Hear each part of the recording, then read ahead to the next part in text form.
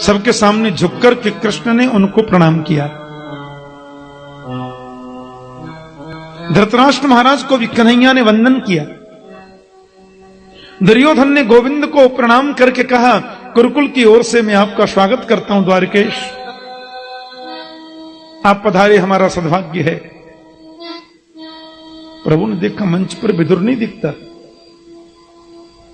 विदुर तो सामने दीर्घा में बैठे थे, दर्शक दीर्घा में। गोविंद समझ गए। दुर्योधन ने कहा, आप पधारे, ये हमारा बहुत बड़ा भाग्य है, लेकिन आपके पधारने का कारण अभी भी अज्ञात है। कृपया बताने की कृपा करें कि आपका पदार्पण हुआ किस लिए। कन्हैया बोले, मैंने तुम्हें दुर्योधन तो कभी कहा ही नहीं, तुम तो सुयोधन हो। क्योंकि जो मूर्ख होते हैं वो अपनी प्रशंसा से बड़े खुश होते हैं। ये नासमझों का लक्षण है, ऐसा लिखा है। भगवान ने बड़ी प्रशंसा की, तुम तो बहुत बुद्धिमान हो, दूसरा तो विधाता ने पैदा ही नहीं किया, इतना बुद्धिमान, इसलिए तुम्हारा नाम है सुयोधन। सुयोधन का मतलब होता सुंदर बुद्धि वाला, और दुर्योधन का मतलब होता मंद बुद्धि वाला। भगवान उल्टा बोल रहे हैं। हाँ, तो मैं कह रहा था कि पांडव आपके भाई हैं? बोले बिल्कुल। चाचा के बेटा हैं? बोले एकदम।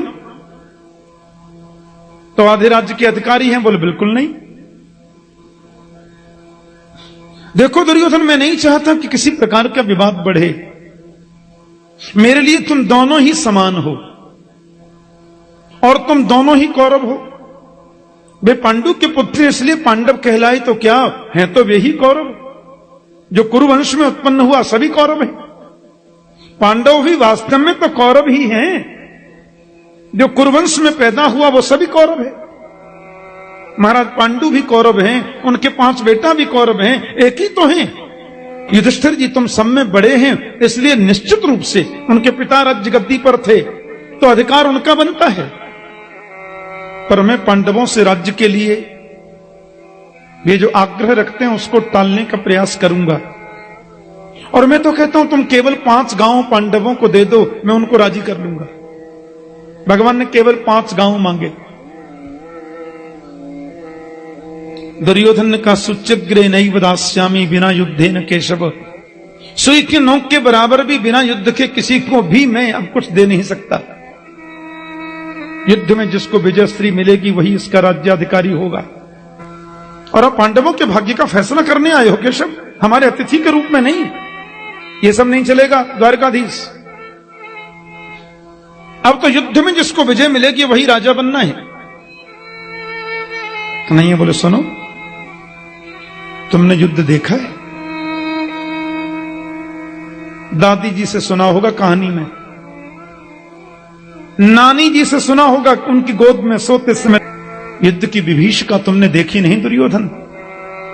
लाखों स्त्रियां विधवा हो जाएंगी, अनेकों बच्चे अनाथ हो जाएंगे, और जिस भूमि को तुम हरी भरी उर्वरा देख रहे हो ये वीरों के खून से लाल हो जाएगी। पर तुम्हें क्या मिलेगा? और एक शांति दूत के साथ में कैसा व्यवहार करना चाहिए इतना तुम्हें सहूर नहीं है। धृतराष्ट्र ने दुर्योधन का हाथ दबा दिया, पागल, बोलना भी नहीं आता, ऐसे बोलते हैं? जल्दी इनको अपने पक्ष में करो, तुम जानते नहीं हो। दुर्योधन का तो चेहरा ही बदल गया।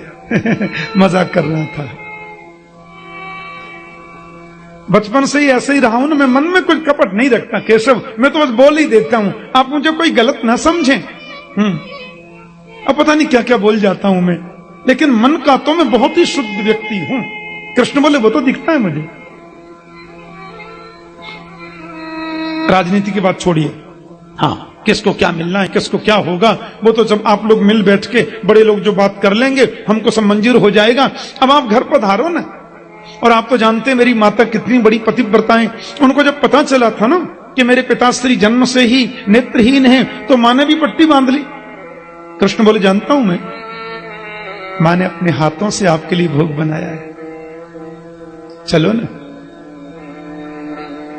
गोविंद बोले भोजन तो 2 परिस्थितियों में होता है, या तो भोजन करने वाले के पेट में भूख हो, या भोजन कराने वाले के मन में श्रद्धा हो। दुर्योधन जी, आपके मन में श्रद्धा नहीं है, कदाचित मेरे पेट में भूख भी नहीं है, और आज तो भोजन करने का प्रश्न ही नहीं उठता। क्यों? क्योंकि आज तो विदुर काका जी के घर मेरा निमंत्रण है ना। उसी सभा में विदुर बैठे थे, बोले बाप रे, मैंने क्या निमंत्रण दिया इनको? मैंने दिन से एक बार भी नहीं कहा, कुछ बोला ही नहीं मैं तो। और सभा के बीच में कह रहे हैं विदुर काका के घर मेरा निमंत्रण है। बैठे बैठे विदुर ने इशारे से कृष्ण से पूछा, वो ऐसे कर रहे हैं, कृष्ण ऐसे कर दिए, चुप बैठे रहो, हम जो कह रहे हैं सो ठीक कह रहे हैं। दुर्योधन व्यंग में हंस करके बोले निमंत्रण? आपको मालूम है आजकल विदुर जी का पद क्या है? महामंत्री नहीं है। अब राजमहल में नहीं रहते विदुर जी, आजकल तो अपनी व्यवस्था के भी लेने देने पड़ रहे हैं। आपको क्या कराएंगे भोजन? भगवान बोले इससे मुझे कोई मतलब नहीं, निमंत्रण दिया है तो व्यवस्था तो की होगी। भाई जो आदमी निमंत्रण देता है, अगले को बुलाता है, तो व्यवस्था करके रखना है। हाँ, लेकिन माफ करना, द्वारिका से सीधे आप हमारे राजभवन में आए हैं, विदुर जी तो आपसे मिले नहीं, ये आपको निमंत्रण कब मिल गया?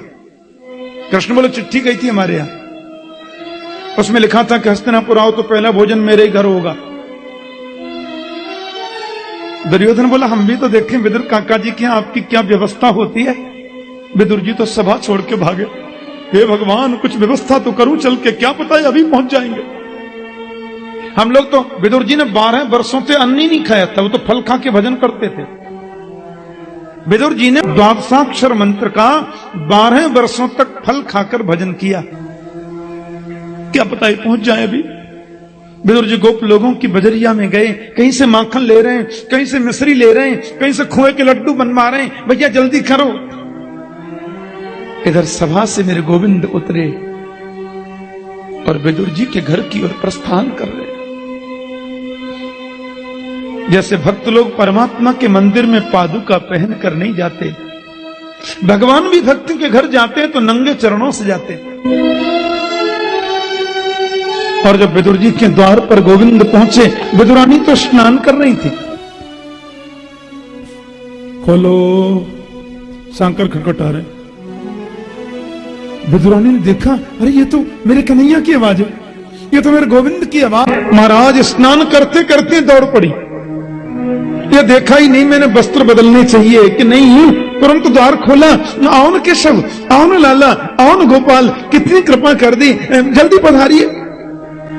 कन्हैया ने सोचा काकी जी तो हो गई मेरे आने की खुशी में पागल। हाँ, गोविंद ने अपनी कारी कमरिया अंदर फेंक दी। विदुरानी ने झटपट बोल दिया, आओ ना केशव, पधारो ना कन्हैया। हे भगवान, कहाँ उठाऊं, क्या करूं मैं? अब बेचारी दौड़ी दौड़ी गई, लकड़ी का पाटा लेके आई, आप यहाँ विराजो, ये जगह भी इतनी ठीक नहीं तो फिर आप, ये भी ठीक नहीं तो फिर आप, अच्छा ये नहीं तो फिर आप यहाँ बैठो, अच्छा फिर आप यहाँ आओ। पूरे आंगन में नचा रही है। और एक जगह शुद्ध सी जगह देखी तो पाटा भी बिछाया तो उल्टा बिछा दिया। गोविंद ने तो देखा ही नहीं उल्टा कि सीधा, वो तो बैठ गए। जिसके जरा से इशारे से ब्रह्मांड हिलता है, वो विदुरानी के सामने बैठकर अपने पेट पर हाथ घुमाते हुए बच्चों की तरह बोले, काकी जी बहुत जोर की भूख लगी, कुछ खाने को मिलेगा? विदुरानी के नेत्रों में तो आंसू टप टप झरने लगे। क्या खिलाऊं मैं? मेरे घर में तो कोई व्यवस्था भी नहीं है। आपके काका जी आते होंगे, मैं बहुत सुंदर व्यवस्था करूंगी, आप बिल्कुल चिंता मत कीजिए। केशव दौड़ी दौड़ी महारानी विदुरानी गई, पर कुछ फल ही खिला दूं, और कदली के फल डलिया में भर के ले आई। गोविंद के सामने पत्तल भी बिछाई तो उल्टी, सब उल्टा पुल्टा हो रहा है प्रेम में। और छिलके उतार उतार कर पत्तल पर धरती जाए, केला दूर फेंकती जाए, छिलका इधर रखती जाए, केला दूर फेंकती जाए, और गोविंद बड़े प्रेम से छिलके खा रहे, बहुत मीठा है। विदुरानी बोली, आपको मीठा लगा तो मीठा ही होगा, अपने हाथों से जल देती हूं उस पूरे बगीचे में, और काका जी आते होंगे, बहुत बढ़िया पदार्थ बनाऊंगी, देखना आप। एक छिलका खाया, दो छिलका खाए, वो केला फेंकती जामे, छिलका देती जामे, मीठा मीठा मीठा मीठा कह करके गोविंद प्रेम से पा रहे। कम से कम 40 छिलका खा गए। बोलो जय श्री कृष्ण। गड़बड़ी तो होनी नहीं है, भगवान है। विदुर जी महाराज बाजार से व्यवस्था करके ला रहे। कमंडल में दूध है, दोना में दही है, एक पात्र में खोए के लड्डू हैं। खुशी के मारे नाचते आ रहे हैं। द्वार पर खड़े हो गए। अरे देवी सुनती हो, जल्दी खोलो। विद्वानी दौड़कर गई, काका जी आगे, मुझे लगता है आपके काका आगे। द्वार खोला। काहे को हल्ला मचाते हो जी? विदुर जी रोते रोते बोले, देवी तुम्हें मालूम नहीं आज मेरे गोविंद ने मेरा कितना मान बढ़ाया। जानती हो, कौरवों की सभा में बड़े अतिथि वीर और राजाओं के बीच में गोविंद ने कहा, आज तो विदुर काका के घर मेरा निमंत्रण है। देवी खुशी के मारे फूल गया मैं, लेकिन मैंने सोचा घर में तो व्यवस्था कुछ है नहीं, तुमने पता नहीं कुछ किया होगा कि नहीं। गोप लोगों की बजरिया में चला गया, ये माखन मिश्री खोए के लड्डू, ये दूध दही कुछ लेके आया हूं। तुमने गोबर का चौका लगाया कि नहीं? कदली के खम्भे सजाए कि नहीं? हाँ, पत्तल जल्दी सजाओ, ये सारी सामग्री तुम अंदर लेके रखो। हाँ, मैं द्वार पर खड़ा खड़ा गोविंद का स्वागत करना है ना, आते ही होंगे, आ रहे होंगे। सभा में कहा कोई झूठ थोड़ी बोलते, विदुर काका के घर जाना है, मैं द्वार पर उनका स्वागत करूंगा, तुम अंदर सब तैयारी करो, आने वाले होंगे। विदुरानी बोली, आने वाले होंगे कि भीतर बैठे हैं? अरे आ गए, उनको तो आई 1 घंटा हो गया। तुमने कुछ खिलाया कि नहीं? बहुत भूखे थे। इतने भूखे कदली के फल लाई वही खा रहे। विदुर जी ने आकर के देखा तो श्रीमान जी तो छिलका खा रहे। अरे देवी ये तुमने क्या किया है? मेरा बहुत बड़ा सद्भाग्य, आज मेरी कुटिया पर गोविंद पधारे और तू प्रभु को छिलके खिला रही हो। हैं? विदुरानी का ध्यान भंग हुआ, बोली ओहो, तो इतनी देर से मैं छिलका खिला रही थी, आपने पहले क्यों नहीं बताया कि छिलका है? कृष्ण बोले, ओहो, तो हम छिलका खा रहे थे। काकी जी हमको नहीं मालूम, हम सत्य बोलते हैं। आपने छिलका खिलाया कि कदली के फल खिलाए अपन को नहीं मालूम। हम तो इतना जानते हैं कि मेरी आदरणीय काकी जी ने मुझे जो कुछ भी खिलाया बड़े प्यार से खिलाया, बड़े प्रेम से खिलाया। भाव का भूखा हूं मैं और भाव ही बस सार है। भाव का भूखा हूं मैं और भाव ही बस सार है। भाव से मुझको भजे तो भव से बेड़ा पार है। भाव से मुझको भजे तो भव से बेड़ा पार है। भाव बिन कुछ भी वो देवे मैं कभी लेता नहीं।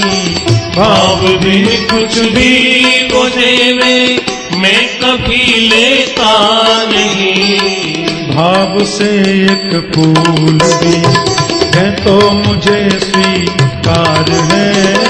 भाव से एक फूल भी है तो मुझे स्वीकार है। भाव बिन सुनी पुकारे मैं कभी लेता नहीं। भाव बिन सुनी पुकारे मैं कभी सुनता नहीं। तेर भक्ति भाव की करती मुझे लाचार है। तेर भक्ति भाव की करती मुझे लाचार है। अन्न धन और वस्त्र भूषण कुछ न मुझको चाहिए। अन्न धन और वस्त्र भूषण कुछ न मुझको चाहिए। अन्न धन और वस्त्र भूषण कुछ न मुझको चाहिए। अन्न धन और वस्त्र भूषण कुछ कृष्ण मुझको चाहिए। आप हो जाए मेरा, यही मेरा सत्कार है। ये आप हो जाए मेरा बस, यही मेरा सत्कार है।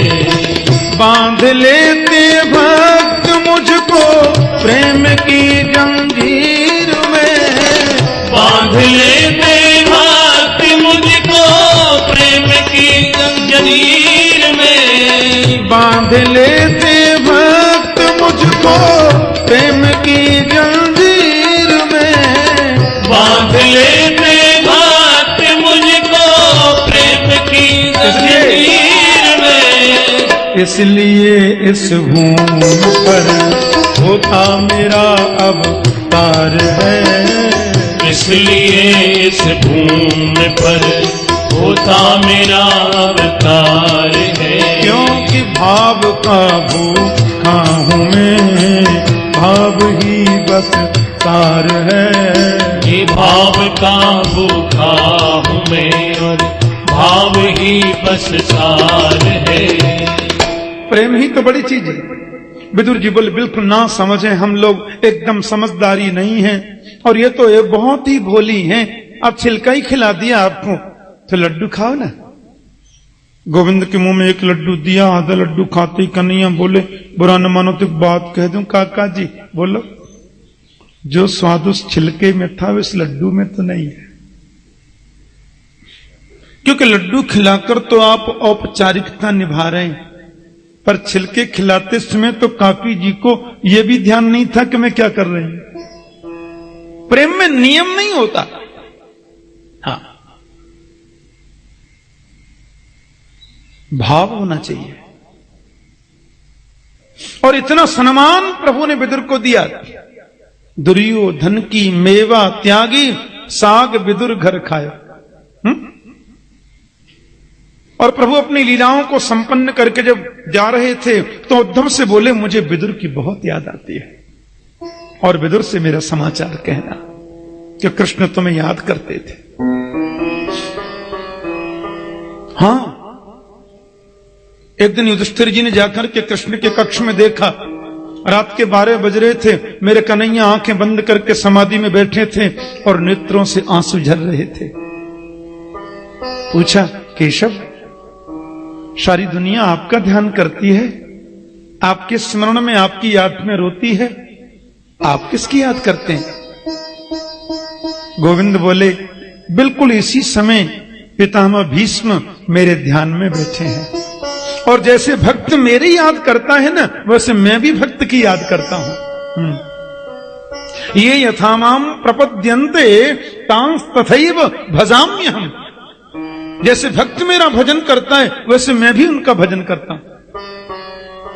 तुम पुकार कर तो देखो। ढूंढते ढूंढते उद्धव जी आए। भगवान के जाने के बाद श्रीधाम वृंदावन में कलकण निनादिनी यमुना के तट पर विदुर जी उद्धव को मिल गए। विदुर जी हस्तिनापुर में भगवान के सुधाम गमन की बात बताकर लौट ही रहे थे कि वृंदावन में मिल गए। अब संसार के लोग जब दो मिलते हैं तो बातें दुनिया भर की करते हैं, भक्त जब दो मिलते हैं तो बातें तो परमात्मा की होती है। गले से गले मिले और दोनों का कंठ अवरुद्ध हो गया, दोनों के नेत्रों से प्रेम के पनारे निकल पड़े। वो भी रो रहे हैं और वो भी रो रहे हैं। वो कहते हैं, आप बड़े भाग्यवान हो, तुम्हें प्रभु ने मित्र का दर्जा दिया, तुम्हें गोविंद ने अंतिम उपदेश किया। बोले, भाग्यवान मैं नहीं, विदुर भाग्यवान तो आप हो, जिसकी याद मेरा गोविंद स्वयं करता है।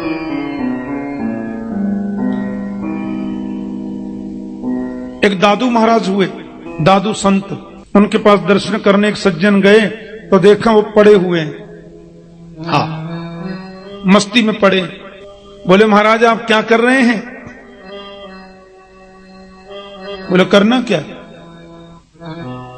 बोले, मैं रोज आता हूं आपके यहां पड़ा हुआ देखता हूं, आप कभी माला नहीं जपते, कभी भजन नहीं करते, कभी कीर्तन नहीं करते, काय के महात्मा हो? दादू जी बोले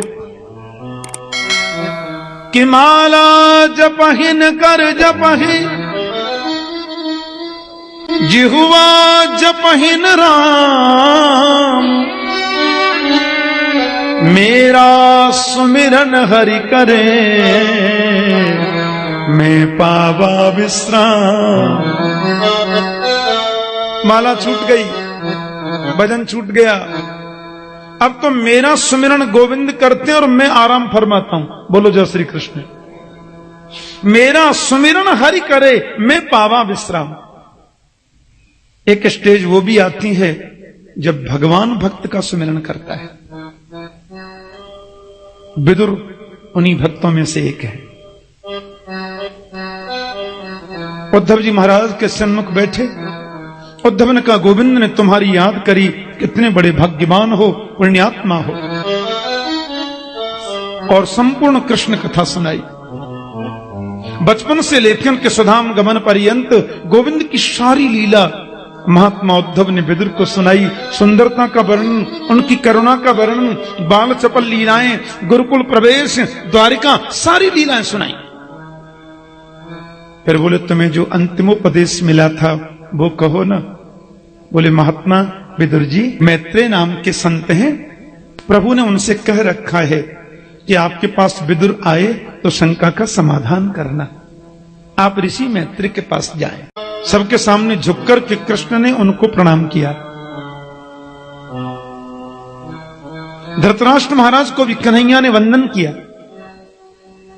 दुर्योधन ने गोविंद को प्रणाम करके कहा, गुरुकुल की ओर से मैं आपका स्वागत करता हूं द्वारकेश, आप पधारे, हमारा सद्भाग्य है। प्रभु ने देखा मंच पर विदुर नहीं दिखता। विदुर तो सामने दीर्घा में बैठे थे, दर्शक दीर्घा में। गोविंद समझ गए। दुर्योधन ने कहा, आप पधारे, ये हमारा बहुत बड़ा भाग्य है, लेकिन आपके पधारने का कारण अभी भी अज्ञात है। कृपया बताने की कृपा करें कि आपका पदार्पण हुआ किस लिए। कन्हैया बोले, मैंने तुम्हें दुर्योधन तो कभी कहा ही नहीं, तुम तो सुयोधन हो। क्योंकि जो मूर्ख होते हैं वो अपनी प्रशंसा से बड़े खुश होते हैं। ये नासमझों का लक्षण है, ऐसा लिखा है। भगवान ने बड़ी प्रशंसा की, तुम तो बहुत बुद्धिमान हो, दूसरा तो विधाता ने पैदा ही नहीं किया, इतना बुद्धिमान, इसलिए तुम्हारा नाम है सुयोधन। सुयोधन का मतलब होता सुंदर बुद्धि वाला, और दुर्योधन का मतलब होता मंद बुद्धि वाला। भगवान उल्टा बोल रहे हैं। हाँ, तो मैं कह रहा था कि पांडव आपके भाई हैं? बोले बिल्कुल। चाचा के बेटा हैं? बोले एकदम। तो आधे राज्य के अधिकारी हैं? बोले बिल्कुल नहीं। देखो दुर्योधन, मैं नहीं चाहता कि किसी प्रकार का विवाद बढ़े। मेरे लिए तुम दोनों ही समान हो, और तुम दोनों ही कौरव हो। वे पांडु के पुत्र इसलिए पांडव कहलाए तो क्या हैं, तो वे ही कौरव। जो कुरुवंश में उत्पन्न हुआ सभी कौरव हैं। पांडव भी वास्तव में तो कौरव ही हैं। जो कुरुवंश में पैदा हुआ वो सभी कौरव है। महाराज पांडु भी कौरव हैं, उनके 5 बेटा भी कौरव हैं, एक ही तो हैं। युधिष्ठिर जी तुम सब में बड़े हैं, इसलिए निश्चित रूप से उनके पिता राज्य गद्दी पर थे तो अधिकार उनका बनता है। पर मैं पांडवों से राज्य के लिए ये जो आग्रह रखते हैं उसको टालने का प्रयास करूंगा। और मैं तो कहता हूं तुम केवल 5 गांव पांडवों को दे दो, मैं उनको राजी कर लूंगा। भगवान ने केवल 5 गांव मांगे।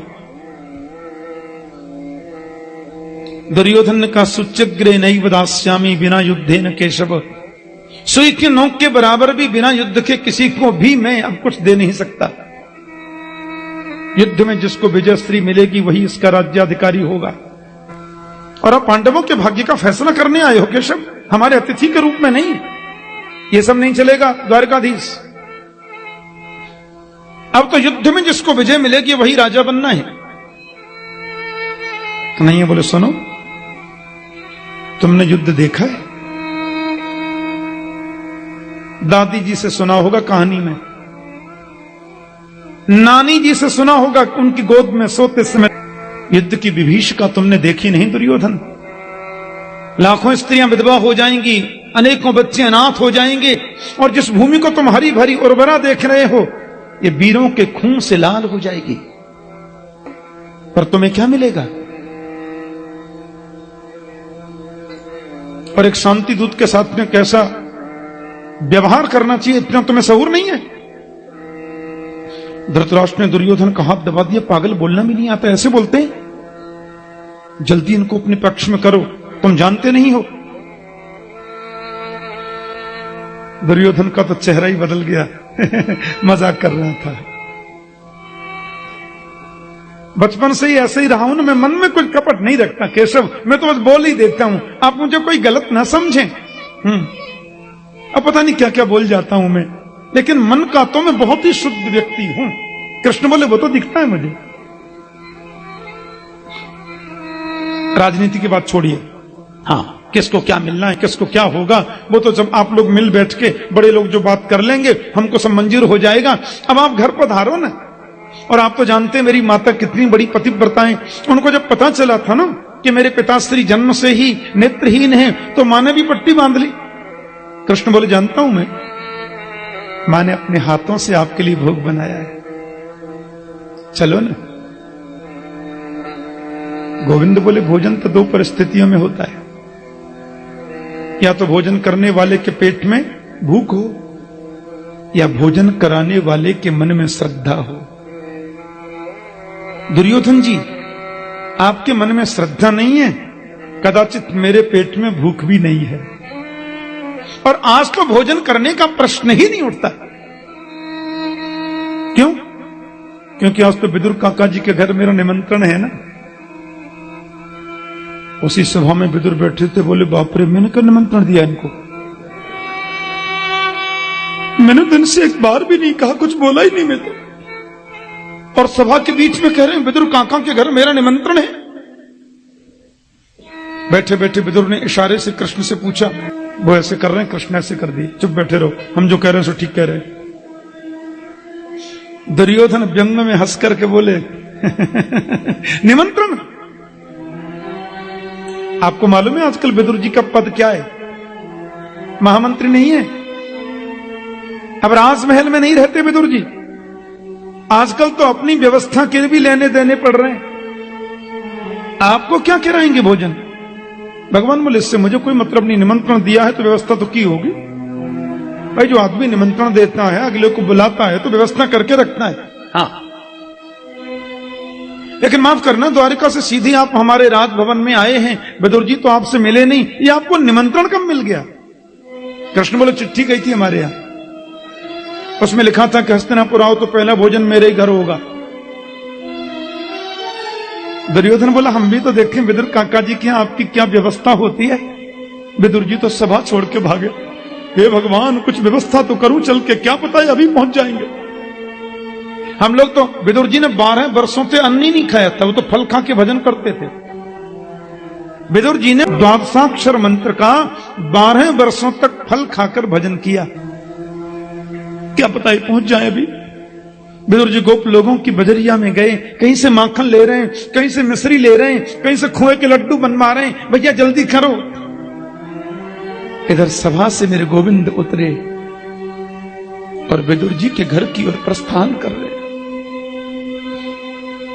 जैसे भक्त लोग परमात्मा के मंदिर में पादुका पहन कर नहीं जाते, भगवान भी भक्त के घर जाते हैं तो नंगे चरणों से जाते हैं। और जब विदुर जी के द्वार पर गोविंद पहुंचे, विदुरानी तो स्नान कर रही थी। खोलो, सांकर खटखटा रहे। विदुरानी ने देखा, अरे ये तो मेरे कन्हैया की आवाज है, ये तो मेरे गोविंद की आवाज। महाराज स्नान करते करते दौड़ पड़ी, ये देखा ही नहीं मैंने वस्त्र बदलने चाहिए कि नहीं, तुरंत द्वार खोला, आओ न केशव, आओ न लाला, आओ न गोपाल, कितनी कृपा कर दी, जल्दी पधारिए। कन्हैया ने सोचा काकी जी तो हो गई मेरे आने की खुशी में पागल। हाँ, गोविंद ने अपनी कारी कमरिया अंदर फेंक दी। विदुरानी ने झटपट बोल दिया, आओ ना केशव, पधारो ना कन्हैया।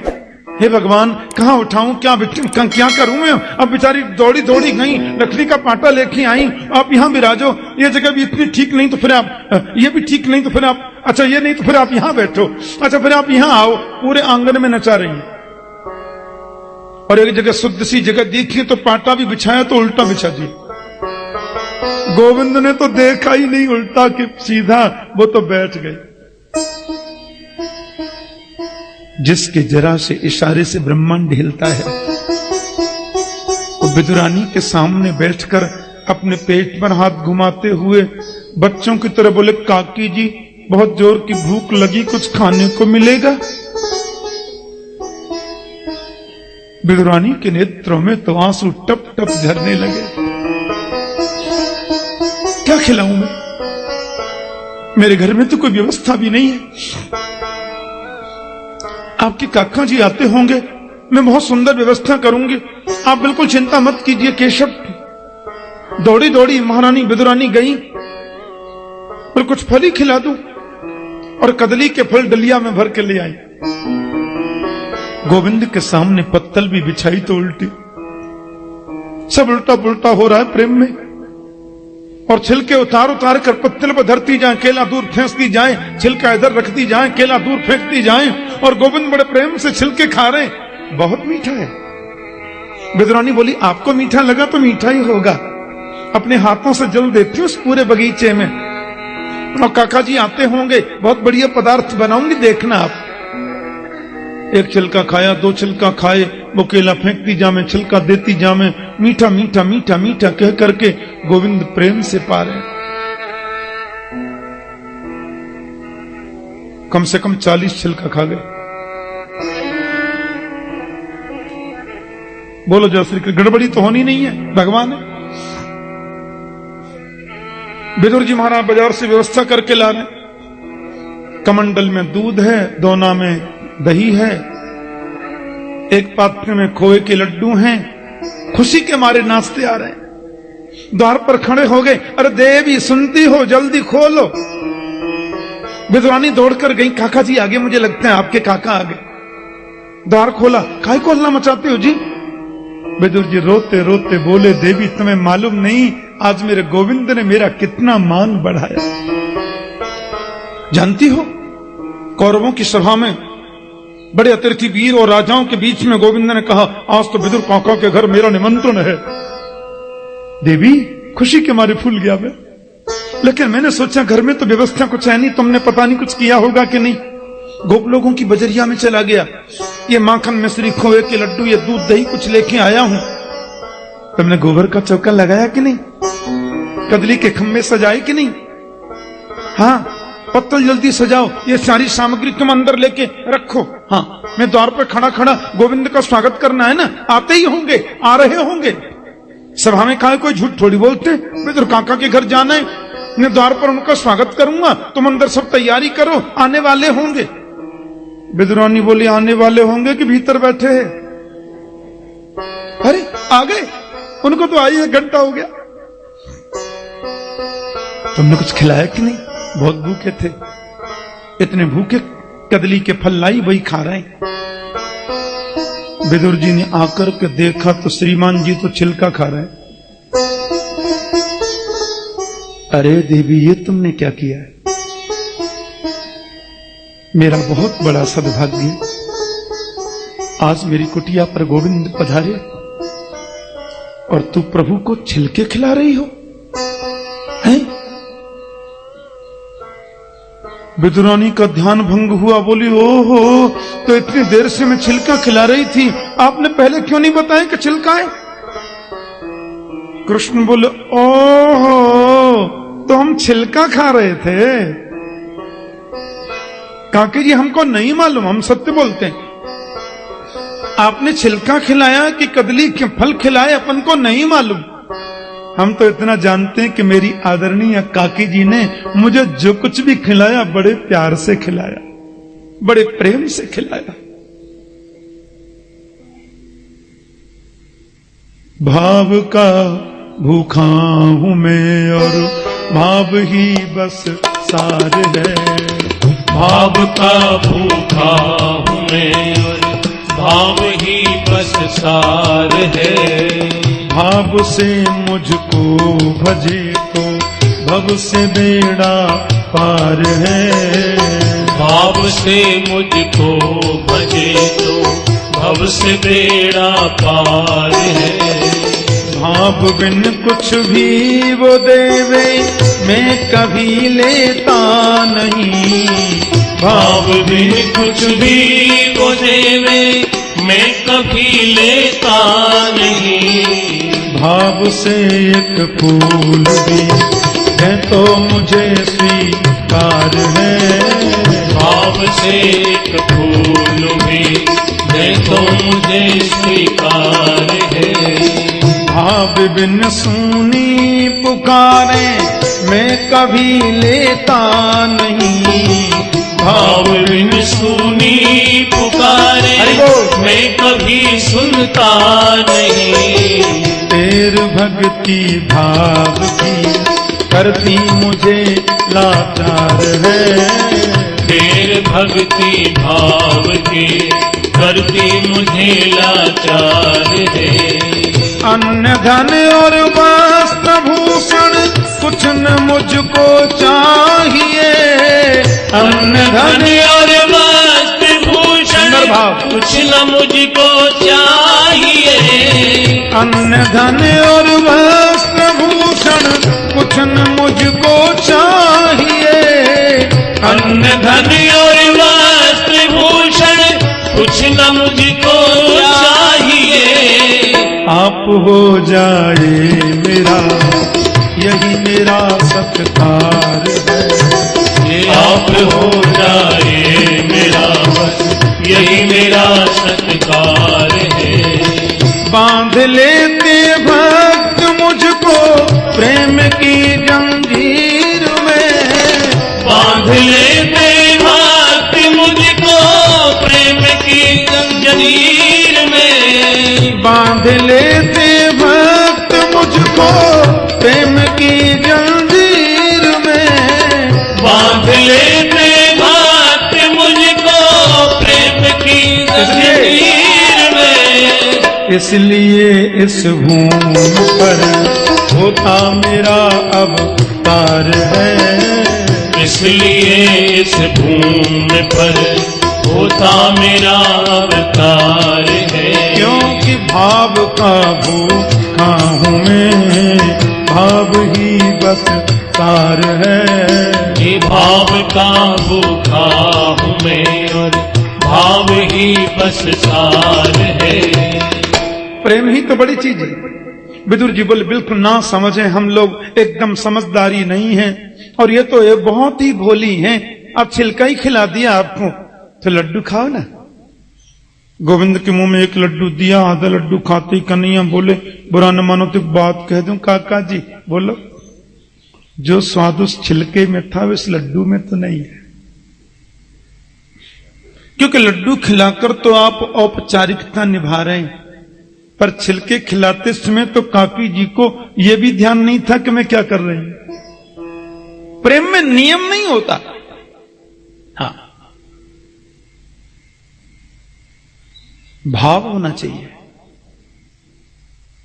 और इतना सम्मान प्रभु ने विदुर को दिया। दुर्योधन की मेवा त्यागी साग विदुर घर खायो। और प्रभु अपनी लीलाओं को संपन्न करके जब जा रहे थे तो उद्धव से बोले मुझे विदुर की बहुत याद आती है और विदुर से मेरा समाचार कहना कि कृष्ण तुम्हें याद करते थे। हाँ, एक दिन युधिष्ठिर जी ने जाकर के कृष्ण के कक्ष में देखा, रात के 12 बज रहे थे। मेरे कन्हैया आंखें बंद करके समाधि में बैठे थे और नेत्रों से आंसू झर रहे थे। पूछा, केशव, सारी दुनिया आपका ध्यान करती है, आपके स्मरण में आपकी याद में रोती है, आप किसकी याद करते हैं? गोविंद बोले, बिल्कुल इसी समय पितामह भीष्म मेरे ध्यान में बैठे हैं और जैसे भक्त मेरी याद करता है ना, वैसे मैं भी भक्त की याद करता हूं। ये यथामाम प्रपद्यन्ते तांस तथैव भजाम्यहम्। जैसे भक्त मेरा भजन करता है वैसे मैं भी उनका भजन करता हूं। तुम पुकार कर तो देखो। ढूंढते ढूंढते उद्धव जी आए। भगवान के जाने के बाद श्रीधाम वृंदावन में कलकण निनादिनी यमुना के तट पर विदुर जी उद्धव को मिल गए। विदुर जी हस्तिनापुर में भगवान के सुधाम गमन की बात बताकर लौट ही रहे थे कि वृंदावन में मिल गए। अब संसार के लोग जब दो मिलते हैं तो बातें दुनिया भर की करते हैं, भक्त जब दो मिलते हैं तो बातें तो परमात्मा की होती है। गले से गले मिले और दोनों का कंठ अवरुद्ध हो गया, दोनों के नेत्रों से प्रेम के पनारे निकल पड़े। वो भी रो रहे हैं और वो भी रो रहे हैं। वो कहते हैं आप बड़े भाग्यवान हो, तुम्हें प्रभु ने मित्र का दर्जा दिया, तुम्हें गोविंद ने अंतिम उपदेश किया। बोले भाग्यवान मैं नहीं, विदुर भाग्यवान तो आप हो, जिसकी याद मेरा गोविंद स्वयं करता है।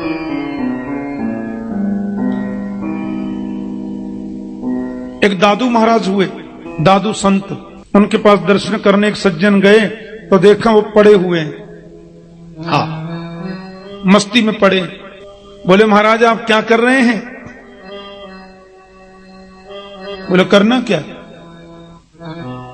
बोले मैं रोज आता हूं आपके यहां पड़ा हुआ देखता हूं, आप कभी माला नहीं जपते, कभी भजन नहीं करते, कभी कीर्तन नहीं करते, काहे के महात्मा हो? दादू जी बोले कि माला जपहिन कर जपहि,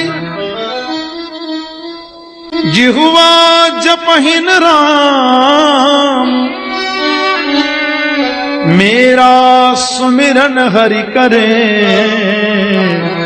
मैं पावा विश्राम।